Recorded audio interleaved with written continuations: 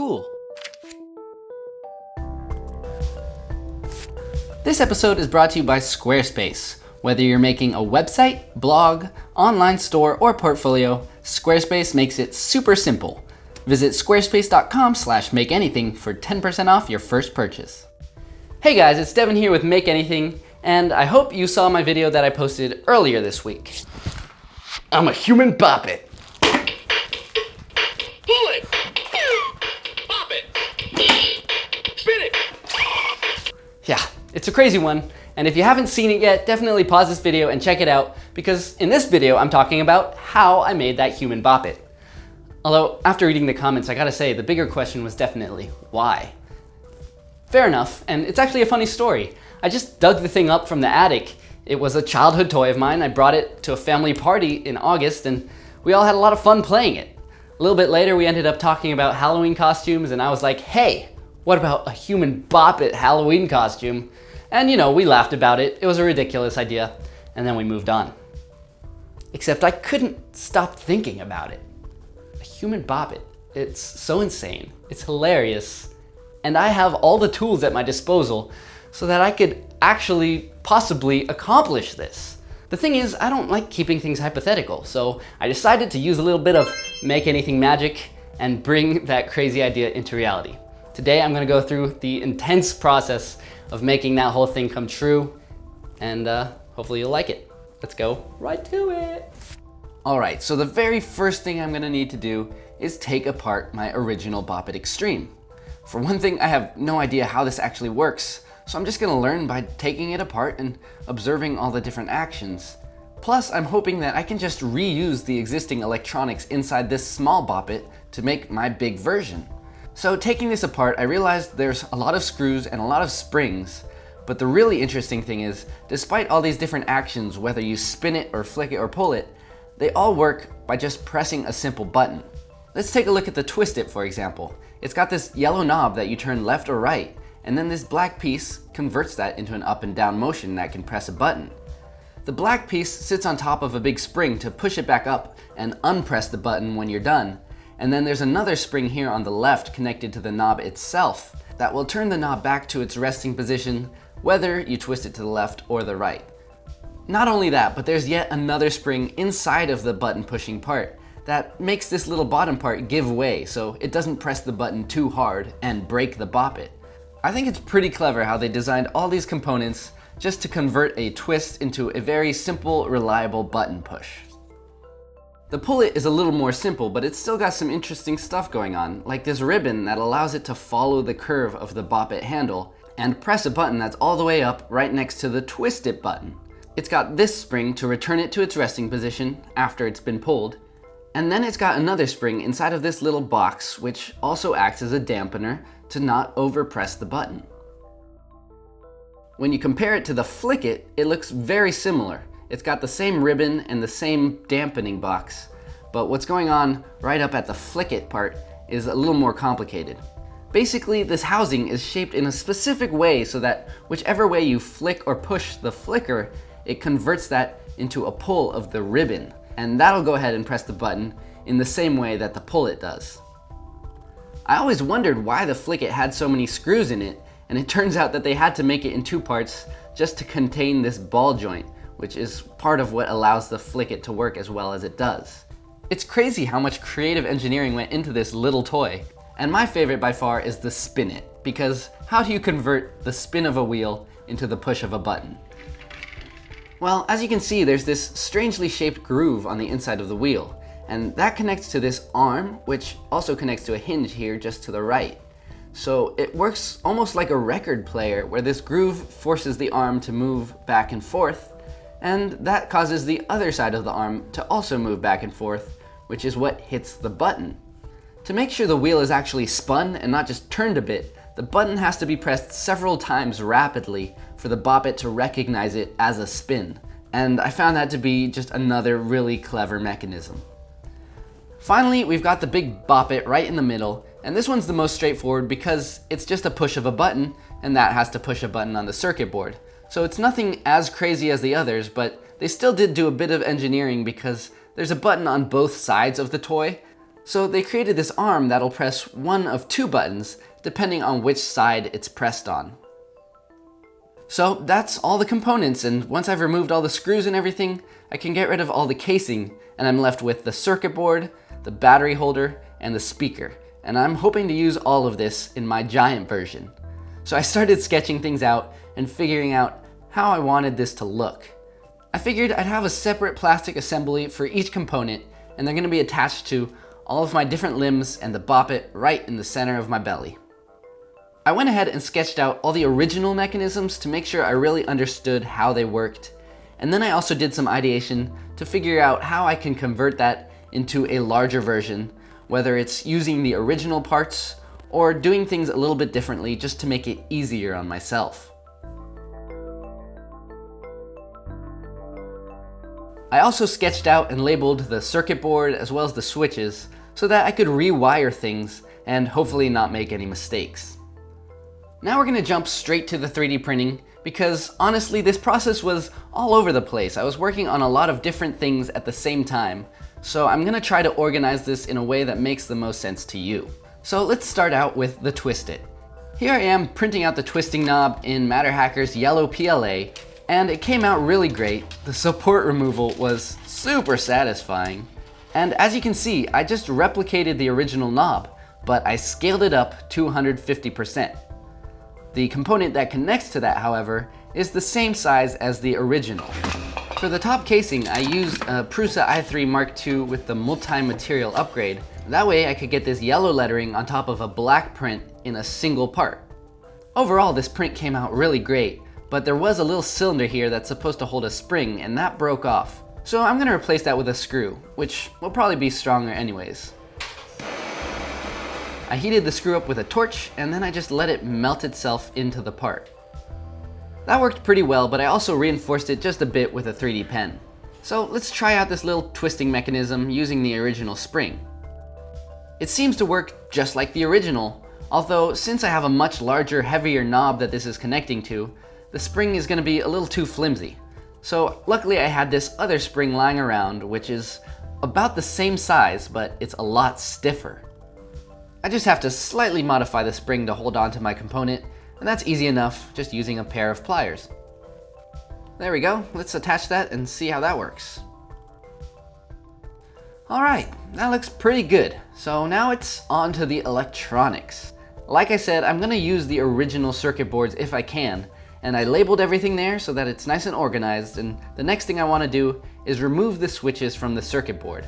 So the way I'll separate the two components is using this desoldering braid, which basically wicks up the old solder and it makes it easier to remove the switch from the circuit board without damaging either component. I did actually find it easier to just heat up the solder and push out the switches, and then use the desoldering braid after the fact to clean up the circuit board. That, plus a quick go over with this wire brush, removed all the gunk and restored the circuit board to a nice condition. Now I can take the switch that I removed from the circuit board and solder it into place on my new 3D printed part. I'm soldering my switches to these little 2-prong connectors.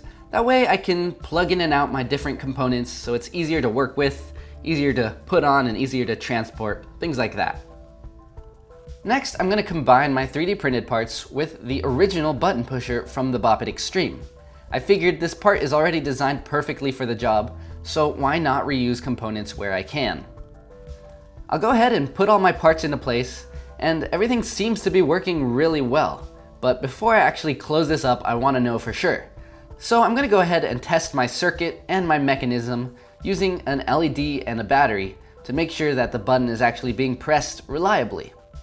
So I'll just kind of hold together this makeshift circuit, and as you can see, when I twist it, the LED does light up, which means the button is being pressed, which is allowing electricity to flow through the whole circuit. Now I can go ahead and attach the other half of the casing. It's just got some cutouts to hold everything together, and it's also got this strap that's going to allow this to connect onto my body. The straps are super simple. I just bought this 10cm wide Velcro off of Amazon, and I'll feed that through the bottom of my casing like so. Then I'll take the opposite half of the Velcro and complete the loop to close things up. I'll trim the Velcro to a comfortable size for my arms and legs, and that's about it. Now, this casing isn't for the twist it. This one is for the pull it. So let's move on to that for now. Here's the handle printing out on my Anycubic i3 Mega, looking beautiful, as well as the bottom here printed on my CR10. From the outside, it looks the same as the twist it, but inside, it's got a different mechanism. It's just this straight pull handle, under tension by rubber bands, riding on that center rail. And once again, I'm gonna reuse an original mechanism from the original Bop-It Extreme with this little spring-powered button pusher. I designed it in a way that I'm just able to screw it right into place onto my 3D printed component, and I just have to do a little modification, clip that off, and it's good to go. Now you can see down there at the bottom right where it will push the button once I solder that into place. Here I am printing out the top case. It's another 2-color print, but this one I didn't do on the Prusa Mark II. Instead, I used the Mosaic Palette Plus, which allows you to convert a standard single material printer into a multi-material printer. And the 2-color graphics came out amazing on that as well. I'll continue assembling things using this big glob of hot glue to connect the 2 handle parts together. And it looks great, it works great, but it was a bit noisier than I was hoping. So I decided to attach some little felt pads to the bottom here that can absorb some of the force that's going into the handle. Here you can see the inner mechanism working with the button glued into place, and it looks great. I just need to attach the rubber band to pull the handle back up after someone pulls it down. I just used a standard rubber band here. It seemed like it was strong enough, and the amount of resistance it provided was good, so that it required the right amount of force to pull, but it also sprung back into place. So after a few tests, I decided to close it up with some globs of hot glue. It's not the best way to hold things together, but since this was just a one-time project, I was too lazy to model in a screw and thread mechanism to hold the 2 parts together. In the end, however, I did pay the price for taking that lazy shortcut because it wasn't too long before the rubber band snapped. And that meant in order to open up, I just had to pry open my parts to get back into it. Luckily, I was able to separate the 2 parts without causing too much damage, and I went ahead and took out that rubber band and decided I needed a stronger solution. I found this spring that seemed pretty ideal, but I didn't want to have to remodel and reprint any parts that I already made. So I ended up coming up with these little attachments that slide into the existing parts and adapt it to hold onto the spring instead of a rubber band. And that actually worked surprisingly well, and I didn't have to change anything else. I went ahead and used my 3D pen to weld those parts into place, and then I used that same lazy hot glue solution to close it up again. Alright, now let's take a look at the Flick It mechanism. This is the one that I probably changed the most from the original Bop-It in an effort to just simplify things and make it more reliable. So instead of that complicated ball joint and special housing mechanism that the Bop-It Extreme used, I created a simple hinge that has this flap on it. I designed this casing so that it can hold onto this rubber band. One or several, because I didn't know how many I would need to get the right amount of force, and I didn't want to print this body many times. It's a pretty big part. Basically, the rubber band is meant to hold down the flap until someone goes ahead and flicks it. In this case, I needed a little bit more resistance, so I added a second rubber band. With that, the flicker stays held down nice and strong, but it's easy enough to push it and cause the tab to go up. And the idea is that that tab is going to hit a button on the opposite side of the casing. So here's that top casing, and it has a little area to fit the circuitry of the button, but I did mess up the design a bit so that it wasn't able to fully flick. So I decided to take my Dremel and carve it out a bit to save myself a reprint.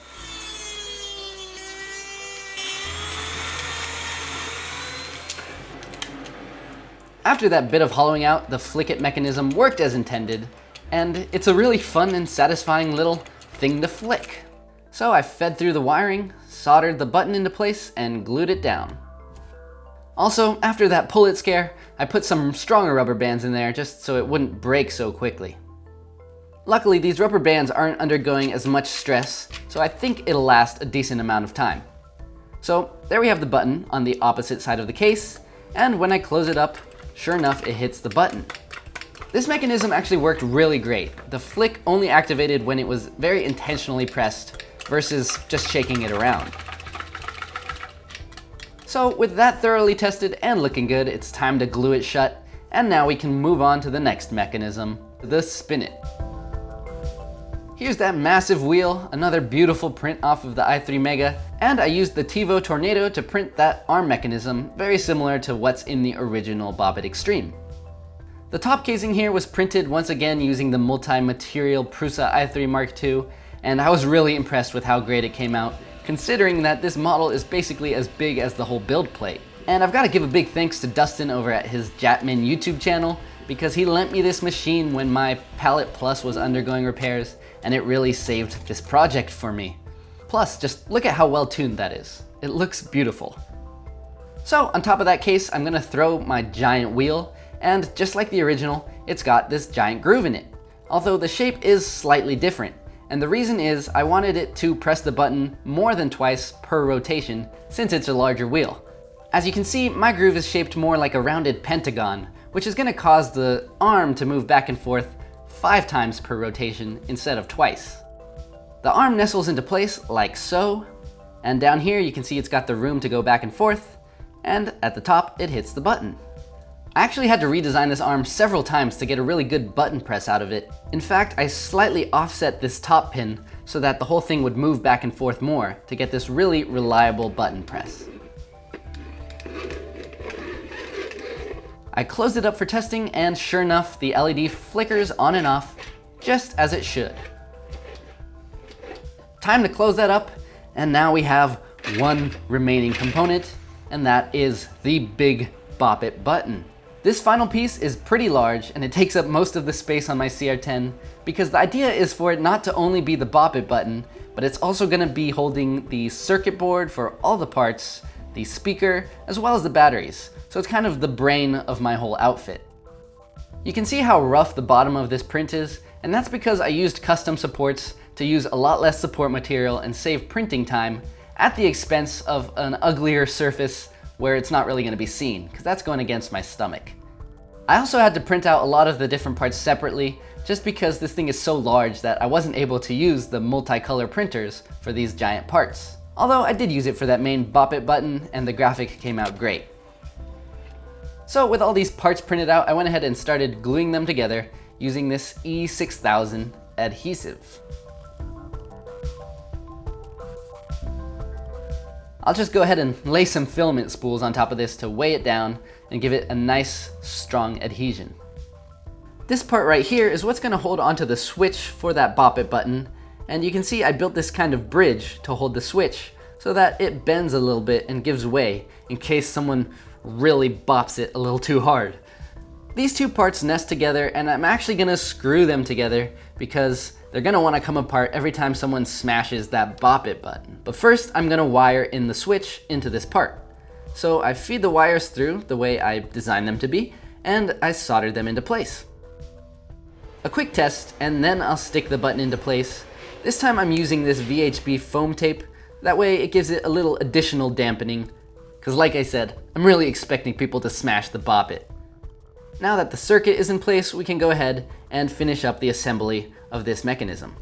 Here you can see I used the original springs from my Bop-It Extreme once again, but this time I took the springs from the 2 Bop-It buttons that the original has, and I put them both on the same side, since I'm only gonna have one Bop-It button, and it's larger so it needs more spring force. While this button doesn't always press straight down, it tested really well, so I decided to close it up.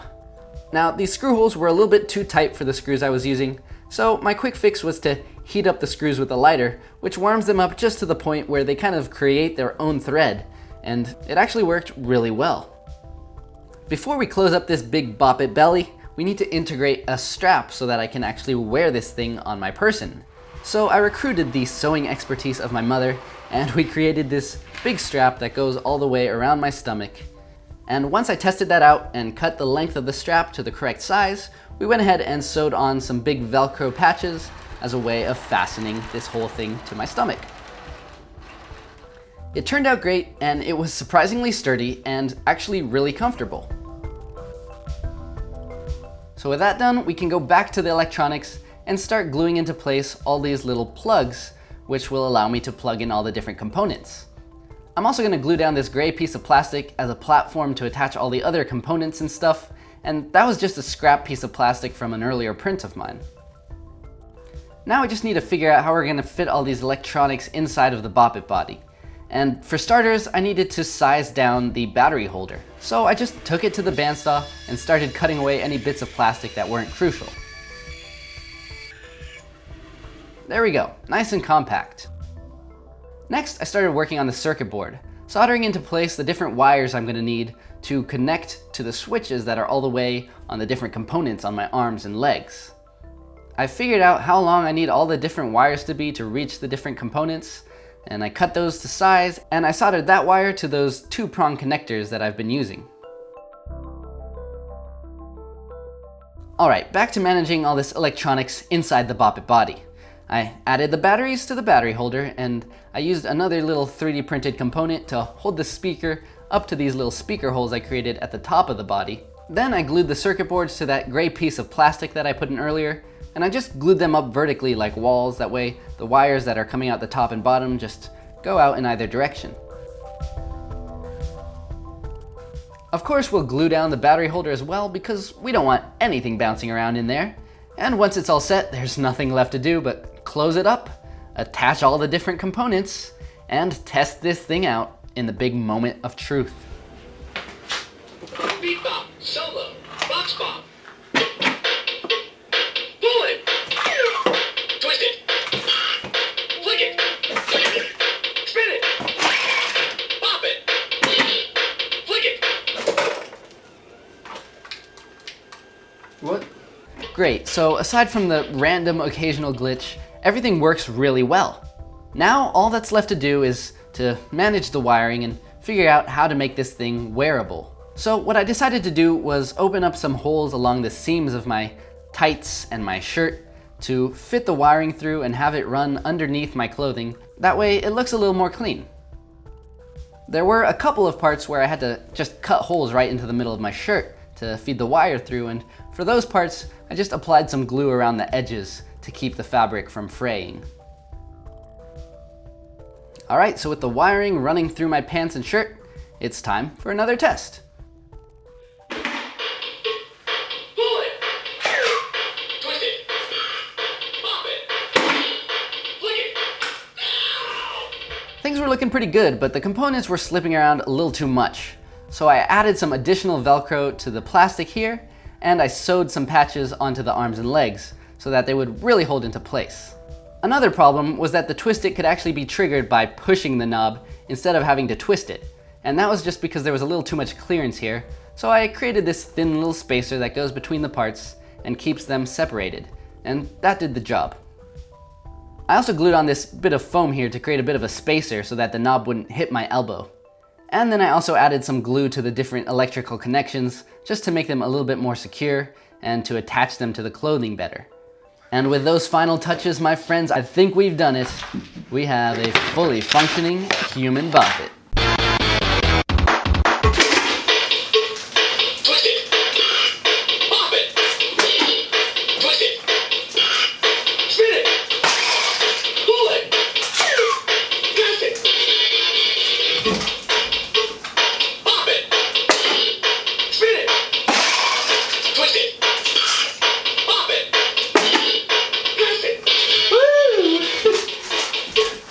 Pull it.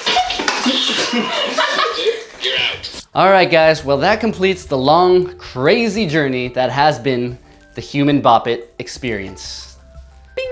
I've got to say, as insane of an idea as it was, I learned a whole bunch from this project. I got a lot of modeling practice, I learned all kinds of crazy mechanical switches, I did some multicolor prints, all kinds of cool stuff, so it was definitely well worth it. If you guys live around Orange County, on November 1st, I'll be wearing this costume to the Matter Hackers meetup. Get information about that in the description. You'll definitely want to bop me. Or maybe not, maybe you don't. It's kind of weird. There will also be the 3D printing nerd and all sorts of other 3D printing YouTubers and cool people. So you definitely want to check that out, link in the description. And I'm hopefully going to get some good footage from that, which will end up on my website, makeanything.design, where I'll have some extra stuff about this project and all the other projects I do. Speaking of the website, I want to give a big thanks to Squarespace for sponsoring this video and making it so easy for me to make my website. If you're thinking of making a website, you definitely want to check out squarespace.com/makeanything because you'll get 10% off your first purchase. And Squarespace is just about the easiest way to make a website, a web portfolio, a blog, whatever you want to make hosted online. They've got a ton of top-of-the-line templates where you can just plug in your own information, or you can customize things and make it however you want. It's really cool. You should check it out. Make your website on Squarespace, and if you use that link, you'll be supporting my channel as well. And that's it for today. So until next time, I'm Devin. This is Make Anything.